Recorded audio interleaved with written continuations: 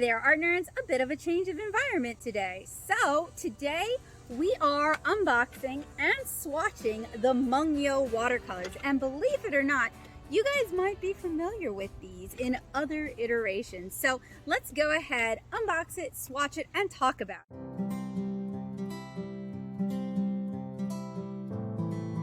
I am recording from my temporary studio setup, so if it sounds really weird, if the light's really weird, believe me, you're not the only one who's noticed, and it's driving me nuts.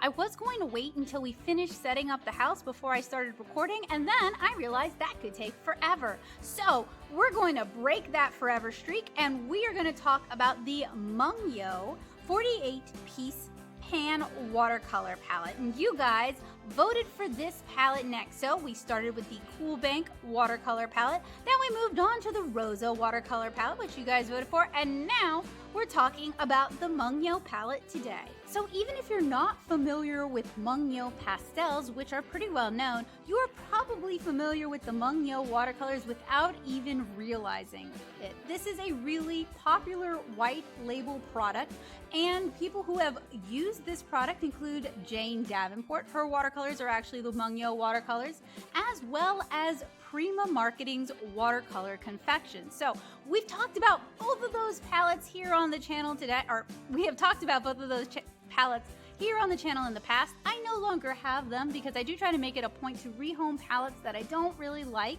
to someone who could better enjoy them rather than hoarding them or throwing them away.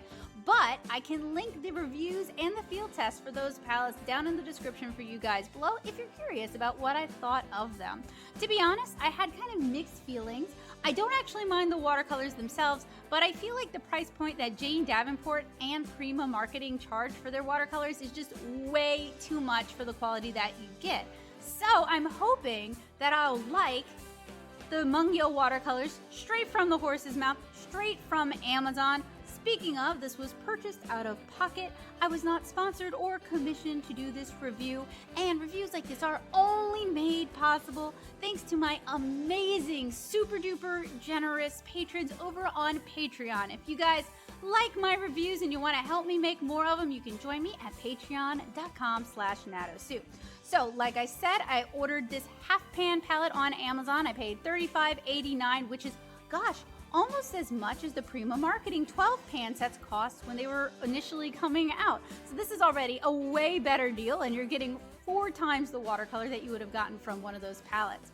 So Mungyo is a Korean art supply company well known for their pastels. Somewhat surprisingly to me, they also make dental and industrial products. In their art supply range, they offer pastels, oil pastels, clay, kids coloring materials, as well as watercolor. And I'm going to have links to all of this in the description if you guys are just super nosy and super nerdy and you want to know all about it.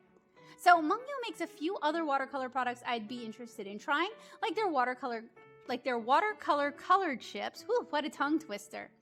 And their professional watercolors are available in half pans and full pans and are only available as sets. So unfortunately, you won't be able to get these open stock. But if you want a smaller collection and you don't mind paying more for the privilege, you can get them relabeled from Prima Marketing and Jane Davenport. And while I like the Prima Marketing Tropicals palette, in general, I do feel both brands were overpriced because it's around $30 full price for their palettes, but you can get them a lot cheaper now for the quality inside. And I have reviewed the Prima Tropicals Brights and Pastels and the Jane Davenport Brights. So I think $35 for 48 colors seems to be a more fitting price point, and hopefully I'll have great things to say about Mungyo. Based on the quality I've seen from Jane Davenport and Prima, I feel like these aren't really professional watercolors, but a decent student grade. Hopefully some of the grittiness issues I noticed in both Prima and Jane Davenport will not be an issue here. So enough chatting, let's go ahead and unbox these. So inside seems to be a metal palette. And we have a cardboard belly band that has the color numbers on the back. And it says, "This pan-type watercolor will lead you to a new experience and genuine pleasure of magic colors for professional artists. Made up of the purest pigment and cordofan, I'll have to look that up, gum Arabic with no filters. Artists can obtain vivid color intensity and superb dilution. The colors mix together perfectly, offering superbly subtle shades. What a tongue twister. Served in convenient and luxurious metal palette for the road. And here is a representative half pan. Here are the color numbers, none of the color names, and then here is our metal palette. And this is a pretty standard metal palette. In fact, it's almost the same type of palette as my Daily Driver watercolor palette, just in better shape. And it does have Mungyo Gallery, the finest art material since 1946, screened on it. And I've reviewed several Korean watercolors in the past, and typically I like Korean watercolors. I love the PWC watercolors. They're one of my favorites. So I'm hopeful today. Don't expect perfection, but I am hopeful. So we have 48 candy colored watercolors to go ahead and unwrap. Each one has a paper belly band and a plastic wrapper around it. And fortunately, the color names are indeed listed here. So I'll make sure to have that listed out for you guys in the description as well. So I'm gonna unwrap these in time lapse because 48 is a lot of colors to unwrap for you guys. But I have some pros and some cons, especially because this is following on the heels of the Rosa review, and I really liked how they wrap their watercolors. So I'm just gonna grab one of them from at random. So I like the paper packaging. I like how it includes the name. I like how it includes a lot of the color information. I never love the extra plastic. That is a lot of extra waste, and I have to point this out every time. So in general, I like the packaging for this. It comes in a cardboard box. It has a reusable metal palette. Check plus there, Mungyo. Don't love the plastic because it's just gonna sit in a landfill forever until the world ends, and that, or become microplastics that we then ingest. So that is something I'm always gonna point out because I really wanna encourage more art supply companies to take the same path that Samsung is now taking and try to find packaging that is more sustainable and more eco-friendly than a whole bunch of plastic. So I'm gonna go ahead and unwrap these and get them set up in time lapse. In a 48 half pan set like this, it can be a little bit difficult to remove your half pans, especially if they're packaged. So if you guys see me struggling, it's because they won't just like snap in and out of place like they're supposed to. So on the belly band of each half pan, on one side, there is the pigment, the light fast information, all of that. On the front, there's the name, and then on the other side, there's the color number. So I want to try and preserve this, just not even because you can order these open stock, but it's my own like weird archiving system. I used to handwrite it on each. This used to be a little bit easier. It is a little bit easier if you're using double stick tape or an adhesive runner, but we're still all packed up from the move. We're painting rooms, so we haven't had a chance to unpack yet, really. So I'm gonna use what I've got, which is single-sided tape.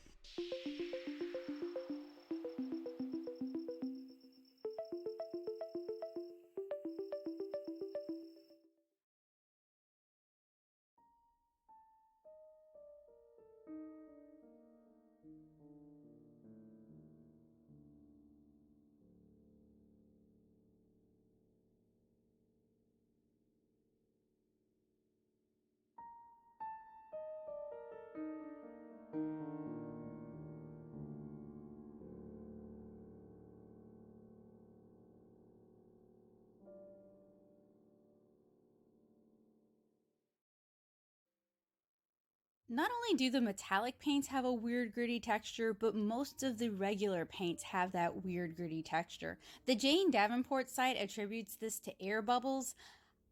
I don't know. It's a little bit grittier than what you might get from air bubbles. So I think it's probably some sort of manufacturing thing.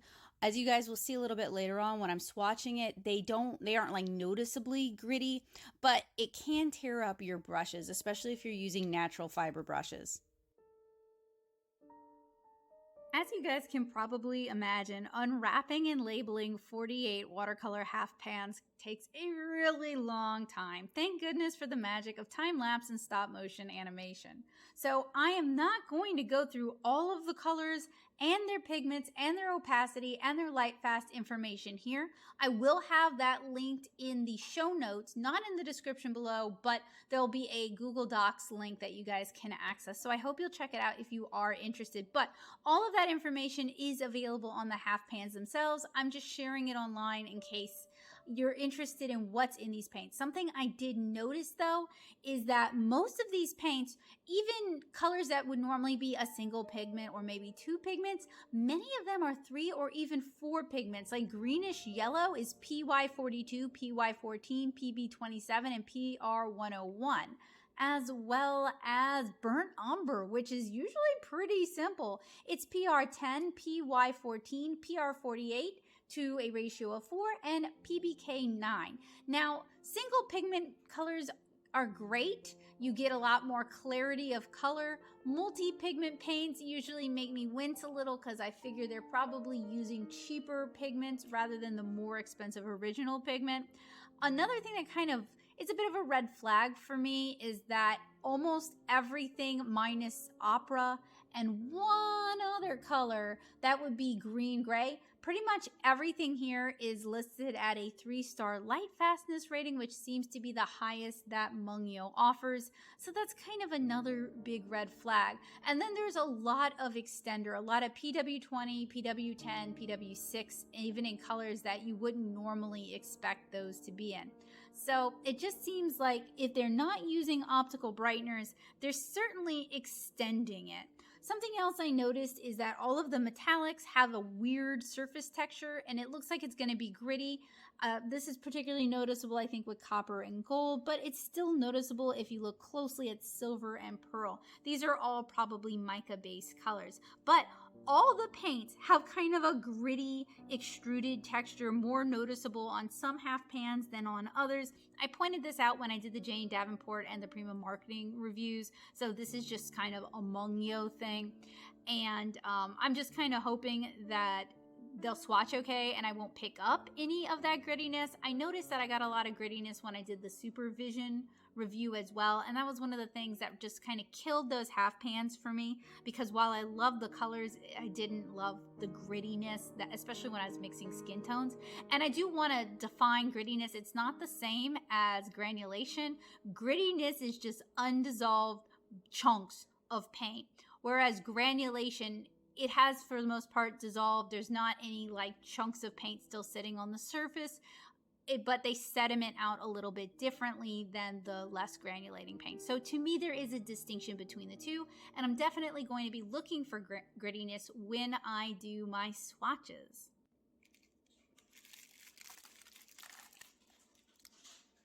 Something else is that 48 half pans do generate a lot of plastic waste. And if you don't reuse the belly bands, it's also going to generate a lot of paper with some plastic on it waste. It's not as bad as some companies I've seen, but like I said, I do want to point it out because this is a practice that companies could work on revising. They can use other materials when packaging their watercolors that'll help protect them from moisture. Even just shrink wrapping the exterior packaging and then no interior plastic would be a big improvement.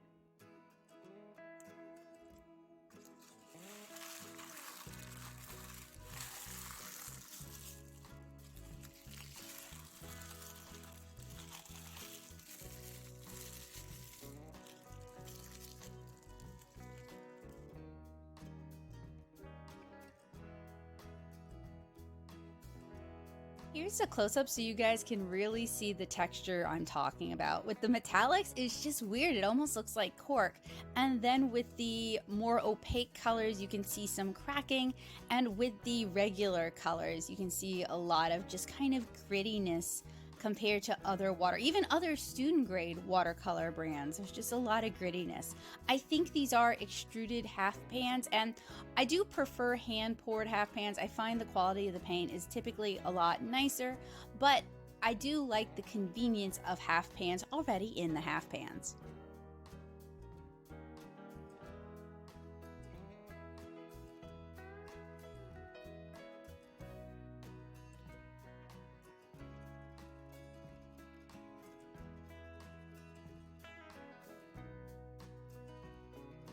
now that we've got everything unwrapped and we've taken a look at the packaging, it's time for what everybody's been waiting for, the swatches. And as always, I'm going to be swatching on Blick's Cotton Rag Cold Pressed Watercolor paper. This is a block bound paper. And as always, I'm going to be using an alcohol marker to help me determine opacity. These colors do come with an opacity rating, and that was something else that caused a lot of concern for me, is there are a lot of opaque and semi-opaque colors in the set, but fear not all of them are opaque. There's some transparent ones in there, and I am hoping this will shine through during the swatch test. So usually when I'm swatching watercolors, I'm looking for a few different properties. I'm looking at the opacity. Not all watercolors should be the same amount of opacity. I do want to see some variation. I am also looking at how they blend out or wash out as we add water, because that can encourage some granulation. I'm looking at the mass tone of the color. I'm also going to be looking at how easily these lift up and rework after they've had a chance to dry fully. So I am going to do my swatching in time lapse, and hopefully you guys will see what you're looking for.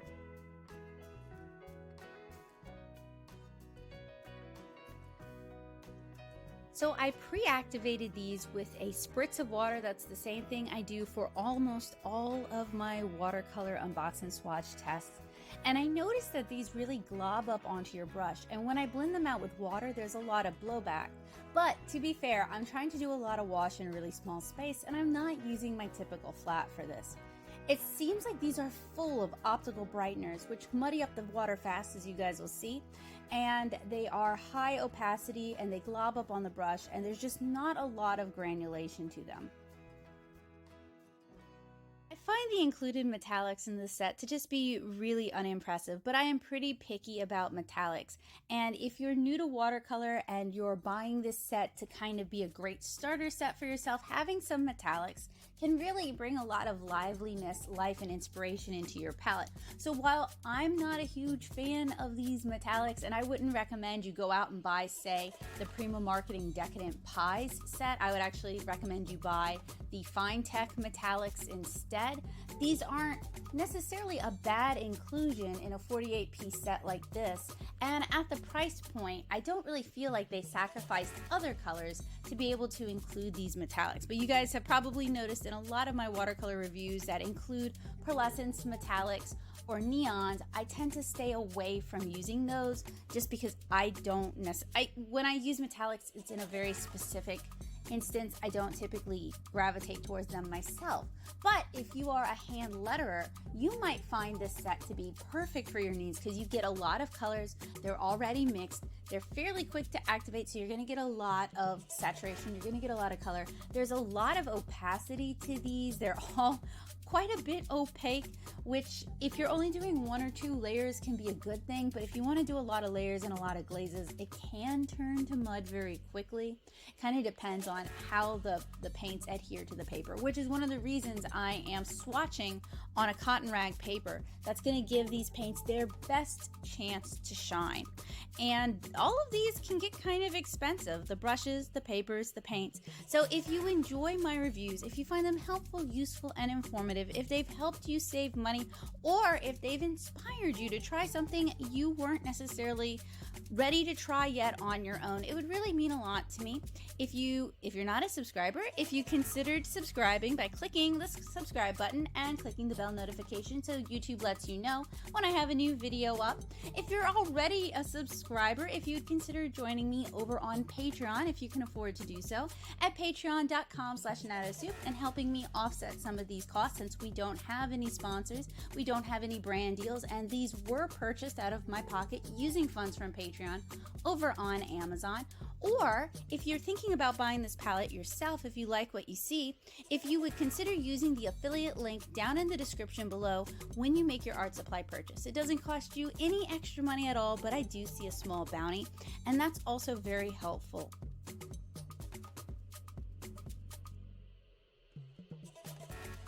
while swatching these, I did notice a lot of chalkiness and opacity, as you guys can see from my rinse water. I didn't necessarily notice a lot of granulation in this instance. I wasn't that excited about how these wash out, and I will be testing for liftability and reactivation in a moment.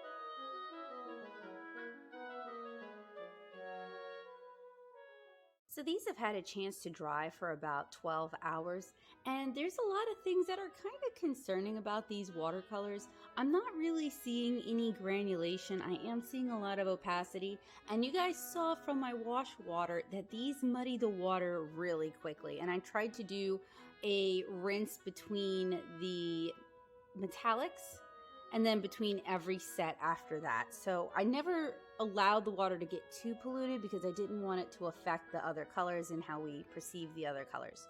So next we're going to do the lift test, and I don't have my normal supplies with me. We're still unpacking everything. So I am going to use the silver black velvet brush that I used in the Rosa Galleria unbox and swatch to do my lifting. And what I'm looking for is I would prefer it if some colors were more lifting than other colors, since naturally quality watercolors, the more granulating colors, those are going to be more prone to lifting. Some of the more opaque colors are going to be more prone to lifting. And then some of the more translucent or transparent colors, some of the more finely milled colors are going to be more prone to just staining the paper. So you do want to see some variation there, because that actually shows you that you are getting quality pigments. Realistically, not all colors should lift the same amount. Some should be more staining and some should be more prone to lifting. Unfortunately, these all seem to be the same amount of staining, but they also seem to be very prone to reactivation, especially the thicker applications. Pigment control is going to be really important when you're using these paints for a full illustration. And speaking of that, hopefully you guys will stay tuned for my upcoming field test where I paint a full watercolor illustration using these paints. So I am a watercolor comic artist. I have a cartoonier art style, and if you're interested in checking out more of my art, you can find me over on Instagram, and you can also check out my webcomic 7-inch Kara. I'll have both of those linked in the description for you guys.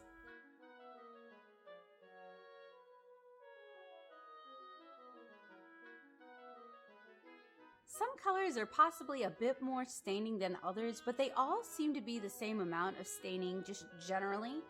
But they also seem to be very prone to reactivation, especially the thicker applications, like when I was applying my mass tone swatches on top of it. Pigment control is going to be really important when using these paints. Otherwise, you're going to end up with a lot of bleeding, reactivation, and a muddy mess.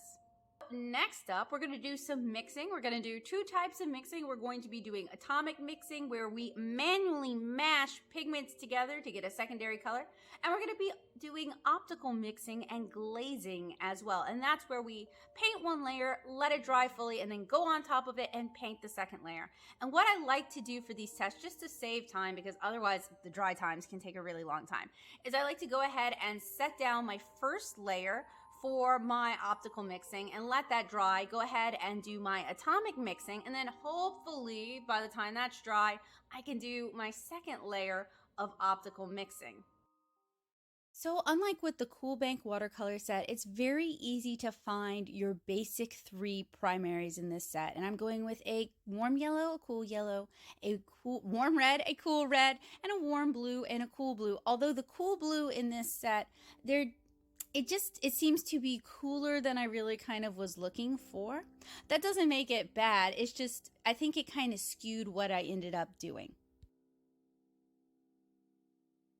So generally for the atomic mixing set, I will mix using either the Teflon sheet that I'm recording on, since that's impermeable, I can wipe it down, or I'll use one of my own palettes. But I figured today, like with the Rosa Gallery field or Unbox and Swatch, I would go ahead and use the included palette and just wipe it out afterwards.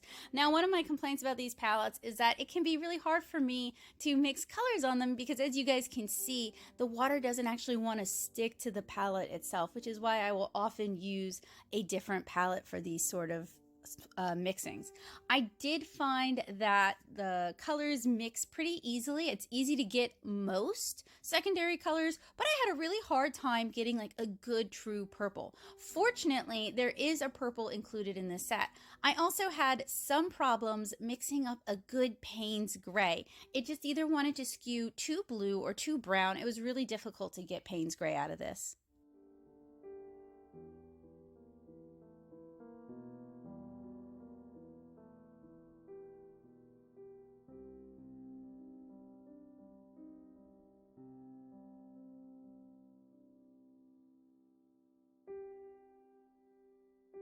So I think our first layer of optical mixes is dry, and we did our atomic mixes. So now I'm gonna go ahead and do our second layer of optical mixes.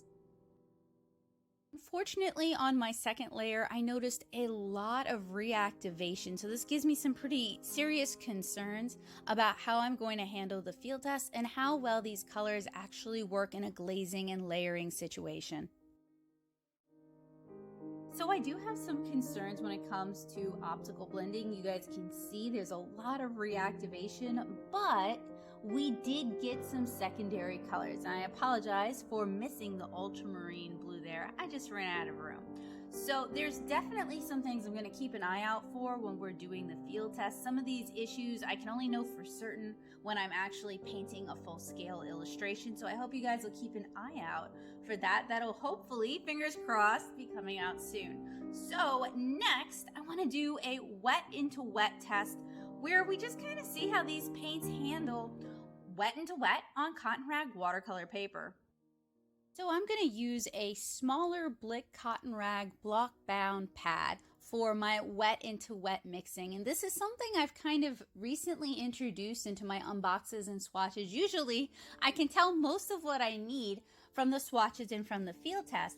But after the Mia field test really burnt me, it's become important for me to see just how well paints can handle wet into wet. So I applied a really loose wash of just water in the background so that these pigments can disperse as much as possible. And you know, you don't really get as much pigment as you would think, considering how much they really glob up onto the brush.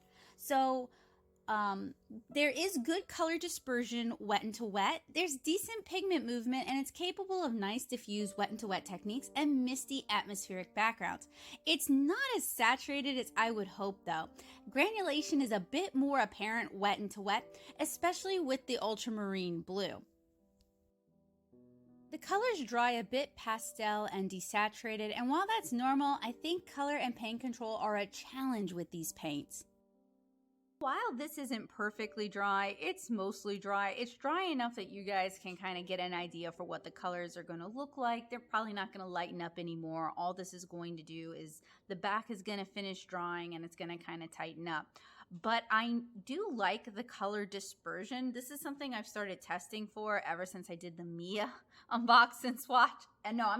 The Mia field test, where I found out that Mia watercolors are just incapable of wet into wet blending, at least the way I was handling it. So that's something I've started testing a lot more, especially with paints that tend to glob up on the brush or seem like they might be desaturated, because shoot, if I can't do wet into wet, I want to know that before I start the field test. But at least from what we're seeing here, it does seem like the Mungyo are capable of doing wet into wet. We get some really pretty nice diffuse, some good movement.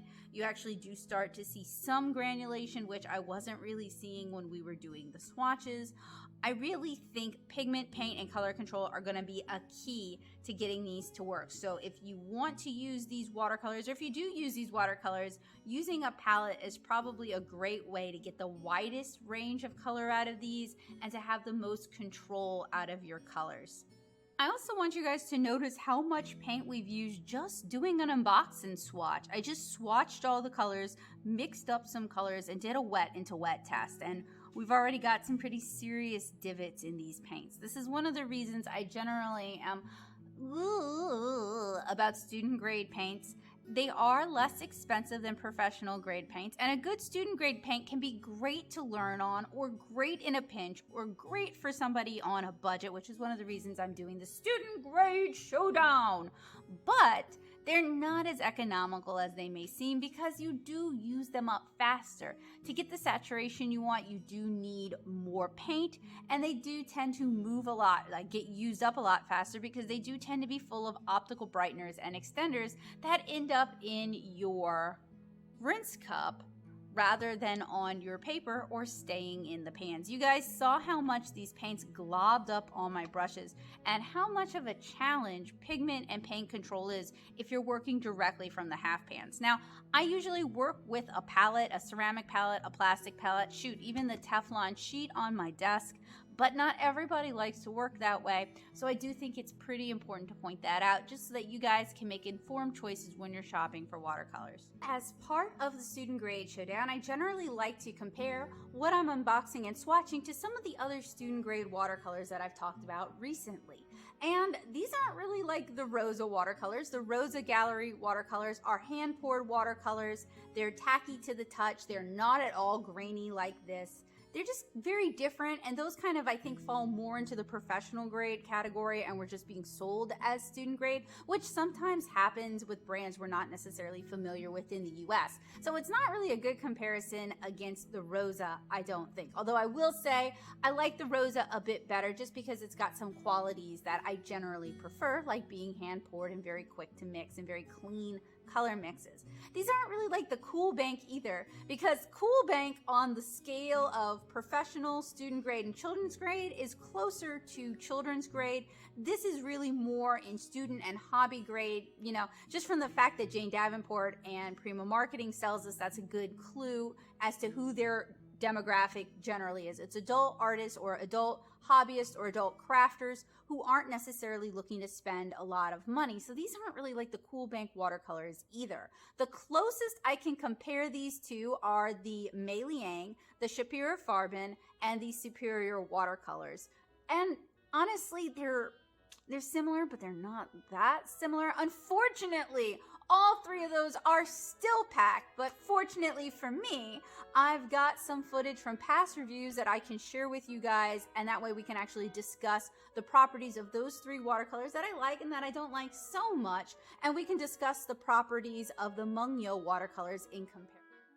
So here are some shots from the Meiliang Pigments unbox and swatch and from the field test. And I really like these paints. These are made by the same company that makes Paul Rubens, and you wouldn't even guess really that these were a student grade paint unless you kind of already knew they were a student grade paint and you were looking at the palette they came in. That plastic liner is a bit cheap, but these can do almost everything that professional grade paints can do, and these would be a great option if you want to buy something affordable for a younger artist, if you're looking for something affordable for yourself, if you're looking for a travel watercolor set, or you just want to have some fun and you want to have a whole bunch of easy colors at your disposal.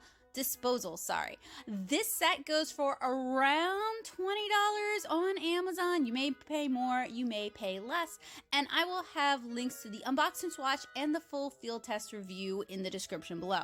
This is the student grade palette that changed my mind about what is possible with student grade palettes. It's kind of become the palette that I compare all the other student grade palettes against, and I really like this palette. This one is a hard one to beat, and I'm so glad that I found it.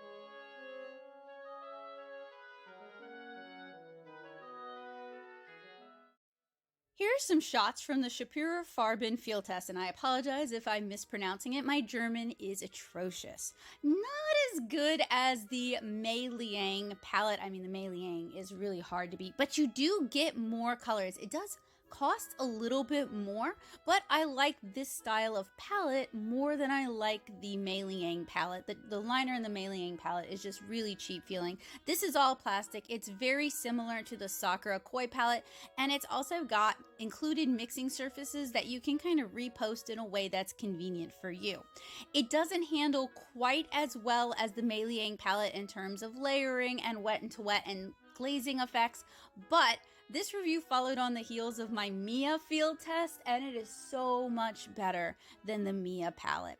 I was able to make skin tones cleanly, accurately, and it also has some really fun colors included in it. So I would definitely recommend this palette if you want to get into watercolor, but you don't want to do a lot of color mixing.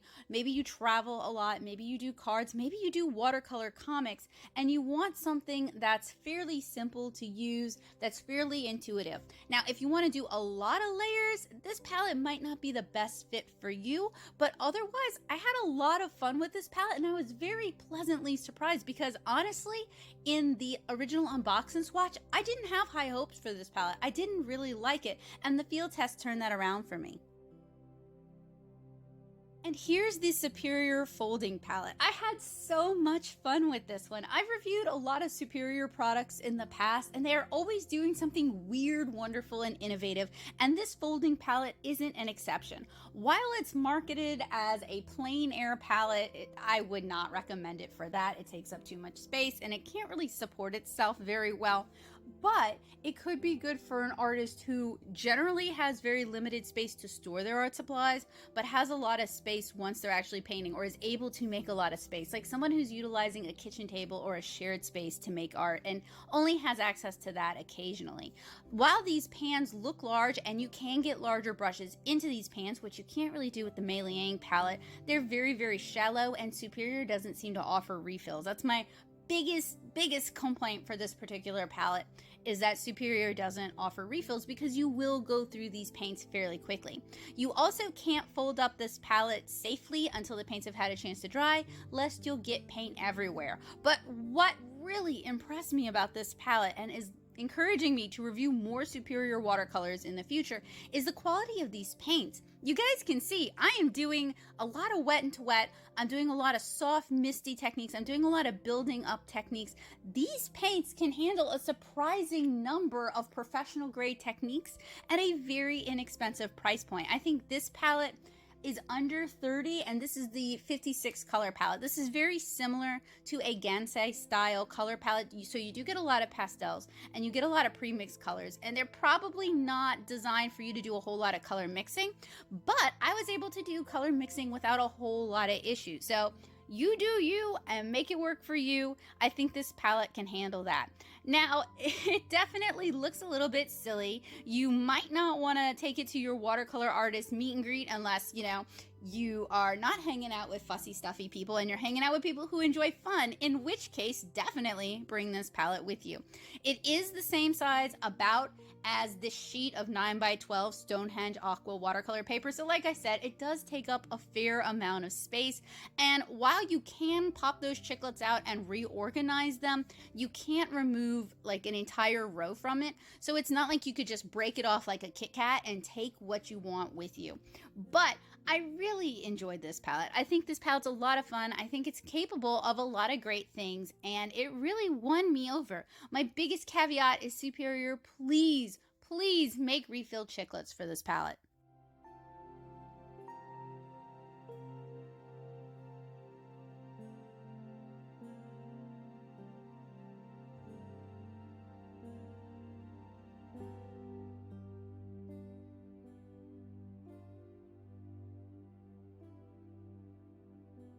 unfortunately, without doing a field test, it's really hard for me to tell where these fall. I have field tested them in other iterations in the past, and I had mixed feelings about them, which is definitely kind of clouding my judgment now. I like them in the Tropicals palette, I loathe them in the Jane Davenport Basics palette, and I was unimpressed with them as Pastel Dreams. But a lot of that has to do with the color selection and the price point, and while I love a twee little pastel palette as much as anyone else, I don't want to pay an upcharge for it. So currently, I don't necessarily have a recommendation regarding these. These use a standard palette, the other three don't. So if you hope to replace your student grade paints with professional as you go, these could be a good fit. It also contains metallics up here, but I would say these metallics are unimpressive compared to fine text metallics. What are the pros and cons of the Mungyo watercolors? Well, the pros are the price point is great. If you were considering any of Jane Davenport or Prima Marketing's watercolor palettes, this is the source. So just buy this. You're going to get way more paints and save yourself some money. I can see the Decadent Pies, the Odyssey, the Basics, the Tropicals, the Neutrals. The only thing missing here is the Pastel Dreams. And like I mentioned earlier, I wasn't really that impressed with them. The cons? These are a bit grainy and a bit coarse. If you pre-activate them, they handle so much worse. They kind of just turn to soup on you, so don't pre-activate them. But if you don't pre-activate them, as you guys can see, they're pretty grainy, they're pretty gritty. They could ruin your watercolor brushes, so it's kind of a toss-up. They're not as, they look really finely milled in the swatches, but then you look at the half pans and it's like, where is all this grit and granulation coming from? Because we're not seeing it in the swatches. Color control is really challenging with these straight from the palette because they do turn to soup on you. So they really glob up on your brush and you're going to end up wasting a lot of paint. So it's really important that you do color control using another palette or mixing surface to make these paints actually work for you. This is going to make sure that you actually mix the paint in the water really well, that you don't get too much paint. It's just going to make it a lot easier to work with. Your average artist can't really buy the Mungyo half pans open stock. You can, I think, buy them through Prima and Jane Davenport. At least you used to be able to, renamed and add a markup. And you guys know me, I love the ability to buy open stock colors. Sometimes you just fall in love with something, even student grade, and you want to be able to continue using it. If you end up running through like 3 of your favorite colors, it won't ruin this palette because you've got a lot of close enough, so you've got a lot of alternatives. But if you ran through 5 or 10 of these colors, it might start to really affect your ability to color mix. So the ability to replace half pans adds some longevity to a palette that might otherwise get tossed. What's my verdict with the Mungyo 48 half pan watercolor set? I have some serious concerns about this palette, but only a field test will allow me to give it a fair and accurate verdict. I don't dislike it, but I don't love it. I sort of feel the same way I felt during the Schpirerr Farben unbox and swatch, and I ended up really liking those during the field test. So I'm hopeful, but not sold on it. So if you guys want a definitive, is this palette for you? Will it work for you? Please stay tuned. Please consider clicking subscribe, sticking around, and joining me for the field test. All right, so that was my unbox and swatch for the Mungyo watercolors. These are Korean watercolors, but they're nothing like the PWC watercolors that I reviewed and loved in the past. Honestly, it's hard to tell how I feel about these. They've definitely got some, I think, kind of serious concerns. They didn't exactly show their best side during the swatching. They didn't exactly show their best side during the color glazing, but they didn't do too bad in the wet into wet. And honestly, I have used these watercolors before. I've reviewed both Prima Marketing and Jane Davenport watercolors, and both of those brands are white labeling the Mungyo watercolors. And I've had mixed feelings. I liked the Tropicals palette and I liked what I was able to paint with it, and I really did not like the Basics palette and didn't really love what I was able to paint with that either. So it's kind of a toss-up, and I really feel like the field test is the only way I'm gonna know for sure whether or not I like these and if I can recommend them to anybody. So getting here way late in the game, but I am a watercolor comic artist. I have a more cartoony art style, and that's what I'm going to be using when I do the field test. So hopefully you guys will join me for that. I would say it's going to be sooner rather than later because we're still moving, hence the different background today. I'm out in my backyard and I'd like to get to it sooner, but I'm kind of thinking I might get through all of the student grade showdown review unboxing swatches first and then do all the field tests just because that's easier for my sanity, but it's probably not going to be so great for y'all because it's going to be a bunch of unboxing swatches and then a bunch of field tests. But anyway, if you guys enjoyed today's unbox and swatch, let me know down in the comments below. If there are any other student grade watercolors that you'd like to see me review, let me know that as well. I am going to have a poll up for what palette I'm going to review next. Honestly, with the way these have been released, it'll be like way further down the line in my lineup, but you know, doing my best, pushing along here. But it'll be up on the community tab as well as over on my Twitter. And if you check out the community tab, you guys will also see what I'm working on reviewing. So it'll kind of give you an idea of where we are in the student grade showdown. If you want to support, it's so noisy out here. If you want to support work like this, you guys can send me a one-time tip through Ko-fi or PayPal, or you can join me over on Patreon and get early access to reviews like this one. You'll also get earlier access to the field test than anyone else. So if you're excited about that, you should join me over there. I'm going to have links and show notes and everything else down in the description below, so hopefully you guys will check it out. And the show notes for this are going to be kind of longer than the description can contain, so there's going to be a link to the Google Doc where you can read the whole thing if you're super nerdy like that. So I hope you guys stay safe, happy, and healthy. I hope you guys have a wonderful day, and hopefully today's review helped you guys make art a habit. Bye guys!